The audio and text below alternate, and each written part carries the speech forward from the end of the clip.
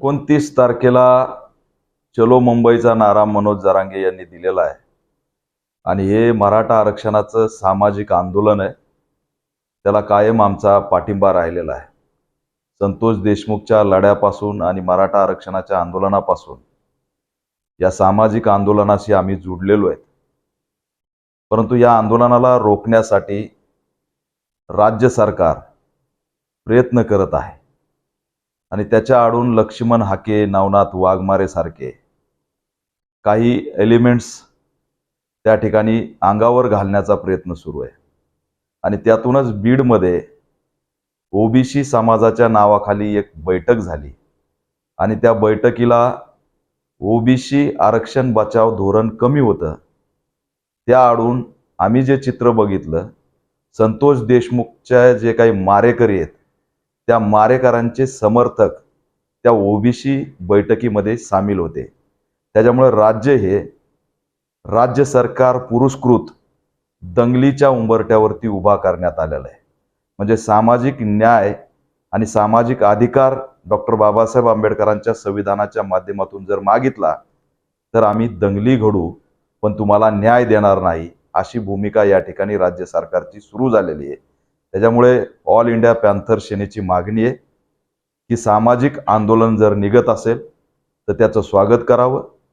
दंगल घडणार नाही याची गृह विभागाने दक्षता घ्यावी आणि लक्ष्मण हाके, नवनाथ वाघमारे यांच्या माध्यमातून सुरू असलेल्या ज्या बैठका आहेत त्यांची सखोल चौकशी करावी. या कुणाच्या माध्यमातून सुरू आहेत?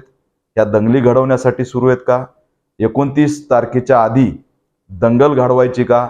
असं सुद्धा गृह विभागाला आमचं या ठिकाणी आव्हान आहे. त्याच्यामुळे गृह विभागाने सतर्क राहावं आणि तात्काळ लक्ष्मण हाके सारख्या लोकांच्या बैठकांवरती बंदी आणावी. अन्यथा राज्यामध्ये दंगलीसारखं वातावरण सुरू झाल्याशिवाय राहणार नाही.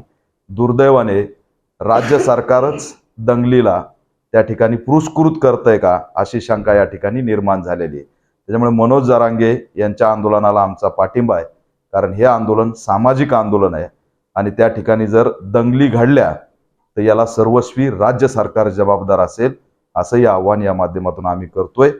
शरद पवारांची निघलेली जी मंडल यात्रा आहे ती सुद्धा दुर्दैवाने चुकीच्या वेळेला निघलेली आहे. मराठा समाजाने 29 तारखेला या ठिकाणी चलो मुंबईचा नारा दिल्यावर मंडल यात्रा निघते, हे दुर्दैव आहे. खरं तर त्यांनी मनोज जरांगेंना त्या ठिकाणी सपोर्ट करायला पाहिजे होता, परंतु तो सपोर्ट न करता स्वतंत्र मंडल यात्रा काढली. आणि म्हणून आमचा थेट आरोप आहे की लक्ष्मण हाकेच्या भूमिकेत आज शरद पवार दिसायला लागलेत आणि हे मराठा समाजाला कळायला लागलंय. मराठा समाजाने घाबरायची कारण नाही. त्यांच्या पाठीशी संतोष देशमुखच्या काळात हा दीपक केदार पॅन्थर म्हणून, बाबासाहेबाचा ढाण्या वाघ म्हणून उभा होता आणि पुढेही 29 जुलैच्या आंदोलनाच्या अनुषंगाने या सर्व मराठा समाजाच्या पाठीशी पॅन्थर म्हणून, बाबासाहेबांचे लेकरं म्हणून आम्ही ठामपणे उभा राहू. दंगल घडवण्याची मानसिकता ठेवणाऱ्या लक्ष्मण हाकेंसारखेवरती तात्काळ बंदी आणावी, अशी आमची मागणी.